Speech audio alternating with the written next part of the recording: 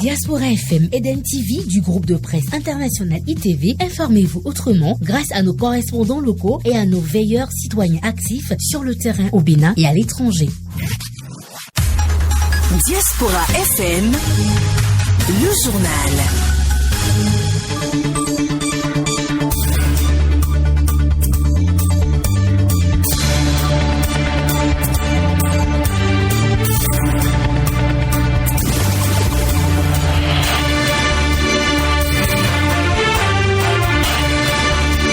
19h dans nos studios, lundi 20 septembre 2021. Mesdames, Messieurs, bonsoir. Merci de prendre rendez-vous de cette édition. Voici les titres.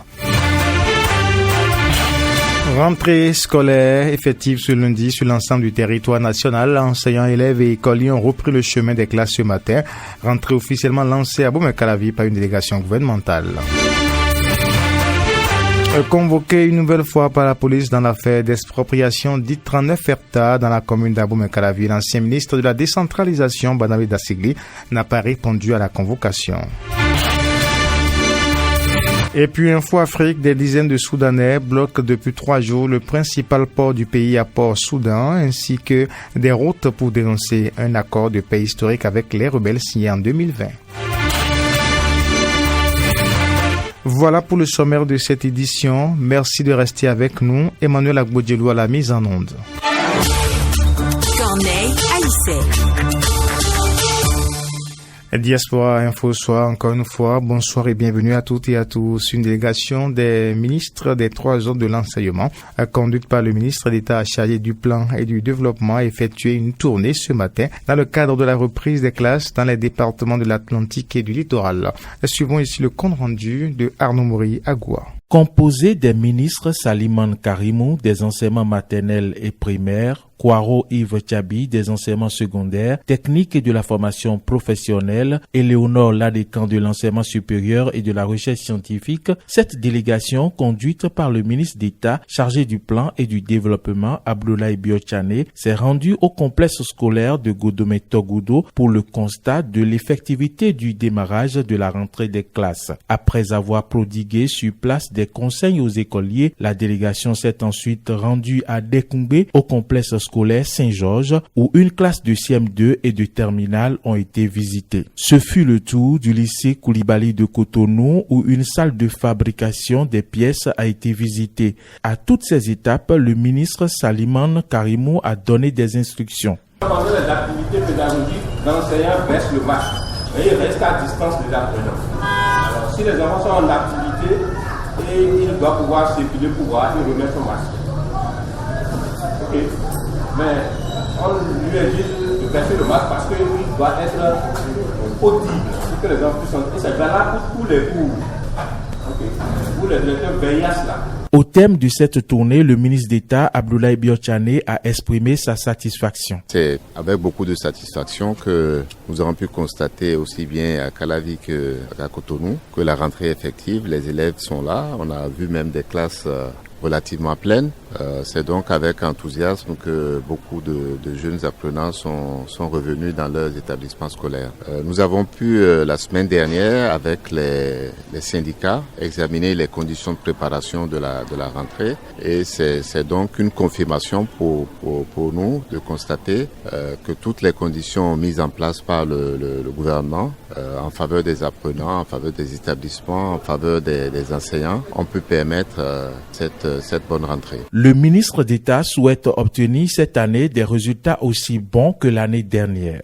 Nous investissons beaucoup dans cette éducation. Le gouvernement a engagé des réformes très importantes, notamment dans la stratégie sur la formation professionnelle et scientifique. Et donc, je viens avec les ministres constater que tout ça est en train de prendre corps et que nous allons probablement, en tout cas nous l'espérons, avoir à la fin de cette année scolaire des résultats aussi bons que l'année dernière. Le ministre d'État Abdoulaye Biotchane a exhorté les acteurs du système éducatif à continuer les efforts qui permettent d'avoir d'excellents résultats. Le préfet du département du littoral et le maire de Cotonou ont fait une tournée ce matin pour constater l'effectivité de la rentrée scolaire 2021-2022. Une occasion pour les deux autorités de lancer officiellement les activités scolaires. Samson Oké pour le reportage. Pendant 3 mois, la petite école a dormi. Ce 20 septembre, elle a rouvert ses portes. Et pour s'en convaincre, le préfet du département du littoral et le maire de la ville de Cotonou, accompagnés d'une forte délégation, ont parcouru plusieurs établissements scolaires publics et privés. Première étape, le complexe scolaire Akpakpa Nord. C'est ici que s'est déroulée la cérémonie officielle de la reprise des classes. Luc Setonji Atropo, maire de la commune de Cotonou. Je voudrais vous souhaiter à vous tous une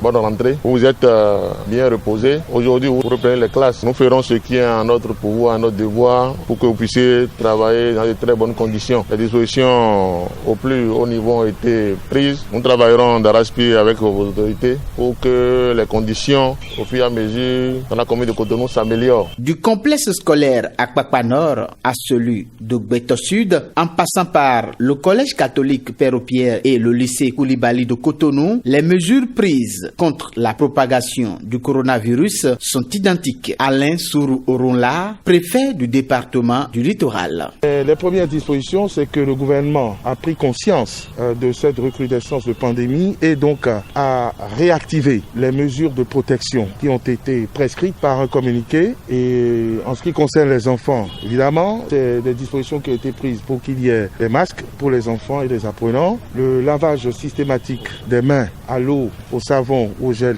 hydroalcoolique, les recommandations de vaccination pour les adultes, ce qui limite les risques de propagation aux enfants. Dans la plupart des écoles parcourues par la délégation, les cours ont effectivement démarré, ce qui annonce une année scolaire apaisée. À la veille de cette rentrée, le ministre de l'Enseignement maternel et primaire, Salimane Karimou, a adressé un message à tous les acteurs du système éducatif.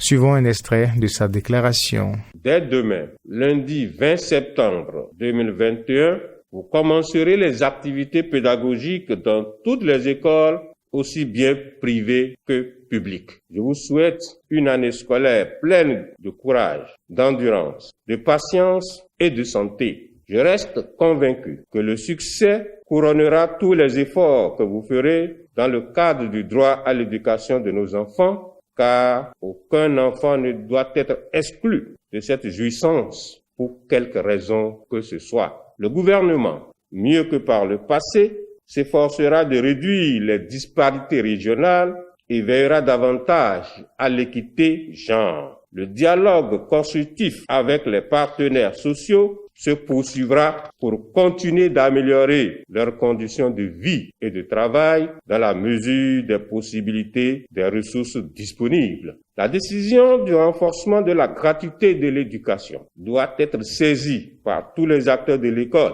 afin que l'objectif d'une éducation universelle de qualité auquel le Bénin a souscrit soit atteint et maintenu. La construction et la modernisation des infrastructures scolaires et l'acquisition de matériel pédagogique plus adapté se poursuivront pour mettre les apprenants et les enseignants dans des conditions optimales d'enseignement et d'apprentissage. Le programme des cantines scolaires se densifiera pour couvrir toutes les zones critiques avec sa généralisation sur toute l'étendue du territoire national. À mes chères enseignantes et enseignants, je sais d'ores et déjà, comme par le passé, compter sur votre abnégation et votre souci permanent de développer les compétences et surtout de comprendre que le temps scolaire n'est pas une denrée sur laquelle on agirait à volonté sans porter un coup néfaste à la qualité du processus enseignement, apprentissage, évaluation. Et parlant toujours de la reprise des cours à 24 heures de cette rentrée, le parti Union démocratique pour le Bénin nous voit adresser un message à tous les acteurs du monde éducatif. Écoutons un extrait du message lu par la présidente du comité de gestion du parti UDBN, Anastasie Oba Tchabi Mafourikan. Dès ce lundi 20 septembre 2021, l'école béninoise rouvre ses portes. Nos enfants, écoliers, élèves et étudiants reprennent les activités pédagogiques pour le compte de l'année scolaire et académique 2021-2022. En ces moments de grandes émotions et préoccupations pour apprenants et parents d'élèves, nous tenons à leur souhaiter une très bonne rentrée scolaire et académique. Chers apprenants, votre retour en milieu scolaire et académique n'aura de sens que si vous vous concentrez sur le seul objectif pour lequel vos parents vous ont envoyé à l'école, les études. Rien que les études. Pensez aux lourds investissements consentis par vos parents qui ne vous veulent qu'un meilleur avenir. Vous gagnez tout à éviter de tomber dans les déviances aux conséquences lourdes, telles que les grossesses précoces, la destruction de votre santé par la consommation des stupéfiants, les conflits avec la loi du fait des violences entre apprenants. Aux filles en particulier, nous disons de prendre le courage de dénoncer tous ceux qui tenteront de les soumettre à des actes de harcèlement sous quelque forme que ce soit. Aux parents, nous souhaitons beaucoup de courage car préparer la rentrée des enfants implique des investissements financiers et psychologiques énormes. Dans un contexte d'évolution bien inquiétante de la pandémie de Covid-19, nous vous exhortons à prendre toutes les dispositions pour l'observance par vos enfants des mesures barrières et autres recommandations des autorités gouvernementales dans la gestion de cette crise. C'est le lieu de dire au nom du parti Union démocratique pour un Bénin nouveau, UDBN, un grand merci à son Excellence M. Patrice Guillaume Athanase Talon, président de la République et son gouvernement, pour toutes les mesures prises afin d'offrir aux acteurs du système éducatif une bonne rentrée scolaire. Nous exprimons également notre gratitude à l'endroit des partenaires sociaux qui sont restés dans la bonne dynamique de dialogue en vue d'une année scolaire apaisée. Une fois encore, excellente rentrée scolaire et académique à tous les acteurs de l'école béninoise. Au sommet extraordinaire de la CEDEAO qui s'est tenu à Accra au Ghana, le Bénin a souhaité que le pacte traditionnel de la CEDEAO sur la démocratie et la bonne gouvernance soit révisé. Cette révision vise la prise des mesures en amont et en aval pour prévenir et empêcher les coups d'État dans l'espace CEDEAO. Le Bénin ne souhaite pas seulement une révision du pacte additionnel, mais aussi une application rigoureuse et sans complaisance pour éviter des situations de coups d'État. Dans la sous-région, selon le ministre Aurélien Benochi, plusieurs chefs d'État partagent l'avis du Bénin et expriment également la nécessité de la révision du pacte additionnel. Le Bénin condamne la rupture de l'ordre constitutionnel dans les différents pays et pense que sa proposition devrait mettre fin au désordre. Le pacte additionnel de la CEDEAO est un ensemble de dispositions adoptées par les pays de la sous-région pour la bonne gouvernance, la promotion de la démocratie et le maintien de la paix. L'ancien ministre de la décentralisation de la gouvernance locale est à nouveau convoqué dans le dossier 39 hectares. Il a été déjà écouté par la Cour de répression des infractions économiques et du terrorisme, CRIET, en tant que sachant. Mais cette fois-ci, il a été convoqué par la police après les révélations d'une nouvelle accusée. Récemment arrêté, l'ex-ministre n'a pas répondu à la convocation. Il serait hors du pays. Le 23 mai dernier, le chef de l'État Patrice Talon accédait au pouvoir pour son second mandat après 100 jours de gestion du pays. Le porte-parole du gouvernement a fait le bilan il y a quelques jours. Eh bien, les citoyens interrogés à Cotonou nous livrent ici leurs impressions. Ils sont au micro de Dorcas Sawangan. Moi, je pense que tel que le président l'a dit, il a bien commencé. Et je vais donner pour exemple la surprise qui a été faite hier à ceux qui ont été délogés des sites en cours de réhabilitation le long de la route des pêches. Il y en a qui ont reçu 5 millions avec une parcelle, d'autres 3 millions avec une parcelle. Ça, le hautement social, ça passe par là. Et pour aider les Béninois à sortir de la précarité, le président de la République n'a pas besoin de passer de ménage en ménage pour partager de l'argent. Vous voyez aujourd'hui la pandémie de Covid-19 qui sévit partout. Pour atténuer la crise, les opérateurs économiques ont été appuyés par le gouvernement. Il a promis lors de passation de charge que cette fois-ci ce mandat de 5 ans serait hautement social.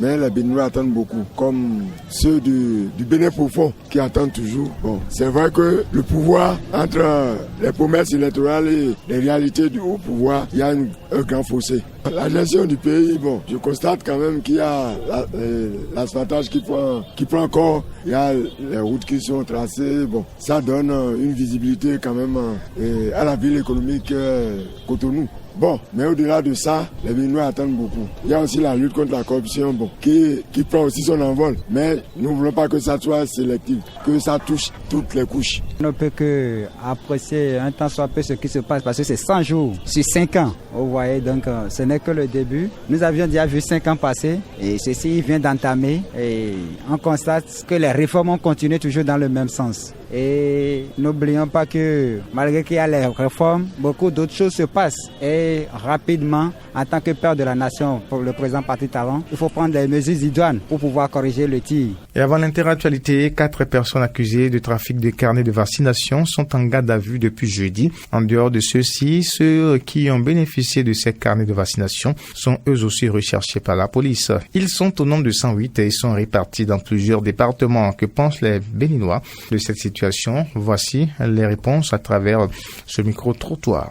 La lutte contre la Covid est un enjeu national. Il ne serait pas bien que des citoyens essaient de passer à travers les mailles pour je ne sais quelle raison. Donc à l'évidence, c'est un mauvais comportement qu'il ne faut pas encourager. J'imagine si quelqu'un a été jusqu'à falsifier ce carnet, c'est sûrement qu'il est dans l'obligation de présenter ce carnet quelque part. Et quand on suit un peu l'actualité aujourd'hui, il y a des entreprises qui exigent à leurs employés d'aller se faire vacciner. Alors que la vaccination est d'abord volontaire. Il y en a qui sont réticents surtout par rapport à cette vaccination pour la Covid. Donc, j'imagine qu'ils ont été contraints ou obligés, n'étant vraiment pas confiants des vaccins, ils ont dû procéder ainsi. Et essayer de voir comment mettre des agents vraiment fiables à ces postes pour que ces carnets ne tombent plus en de mauvaises mains. Là, moi, je pense que ce n'est pas une bonne chose. Et ces gens-là, il faut veiller à ce qu'on les récupère. Je pense que certains Béninois sont criminels. Et vous ne pouvez pas acheter la mort, comme on le dit. Se vacciner, c'est se faire du bien. C'est se protéger contre la mort. Mais si des gens mal intentionnés se permettent de vendre des cartes pour avoir de l'argent, certains se permettent d'acheter les cartes pour ne pas se faire vacciner, ça veut dire que nous ne nous aimons pas nous-mêmes.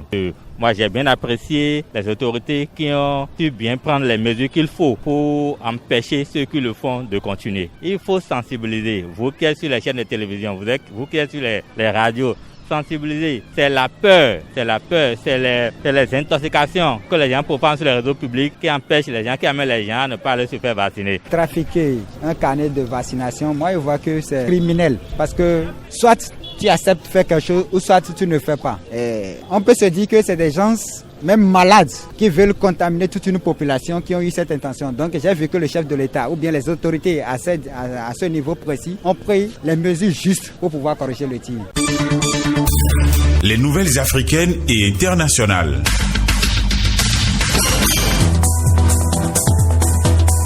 Info sur le continent, 4 militaires maliens ont été tués lundi par l'explosion d'un engin dans le centre du pays au passage d'un convoi d'évacuation médicale, a annoncé l'armée malienne. Dans un communiqué faisant état d'un bilan provisoire de 4 morts dans ses rangs. L'ambulance transportait un officier blessé dans une précédente attaque vers l'hôpital de Sévaré, près de la capitale régionale Mopti, a-t-on indiqué de sources militaires.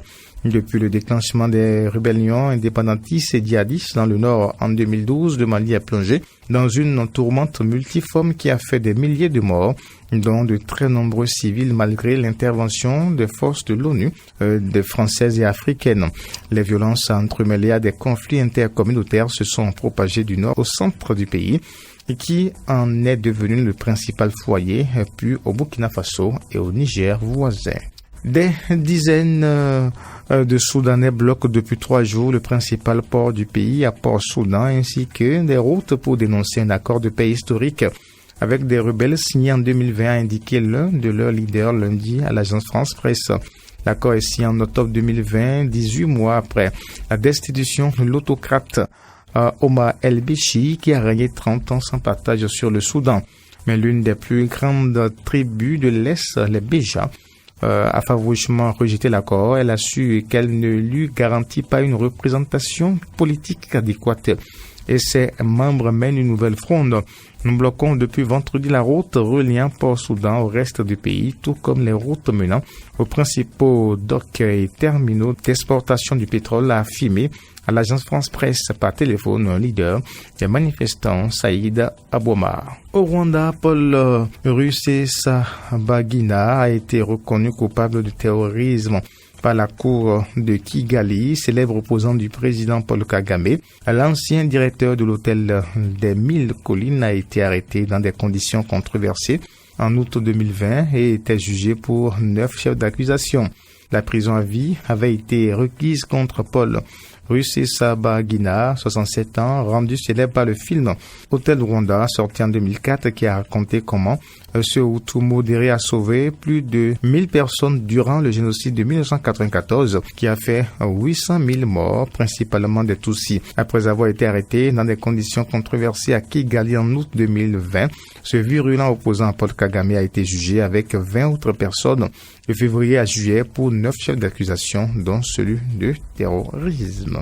Et puis, en interactualité, l'opposition russe a dénoncé ce lundi des fraudes massives au lendemain des élections législatives. Le parti du Kremlin revendiquant une super majorité des 2/3 à l'issue du scrutin dont les détracteurs du président Vladimir Poutine ont été exclus. La formation russe unie rassemblait 49,67% des voix selon des résultats portant sur 95,15% des bureaux de vote. Le président russe Vladimir Poutine a remercié lundi ses concitoyens après des législatives marquées par une victoire franche du parti du Kremlin, mais vivement critiquée par l'opposition qui a dénoncé des fraudes massives.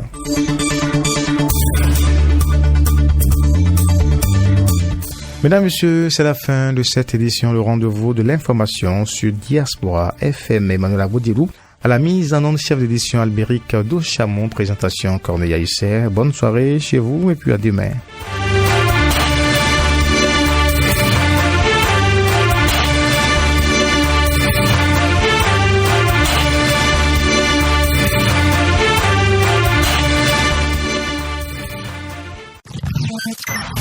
Diaspora FM est d'un TV du groupe de presse international ITV. Informez-vous autrement grâce à nos correspondants locaux et à nos veilleurs citoyens actifs sur le terrain au Bénin et à l'étranger.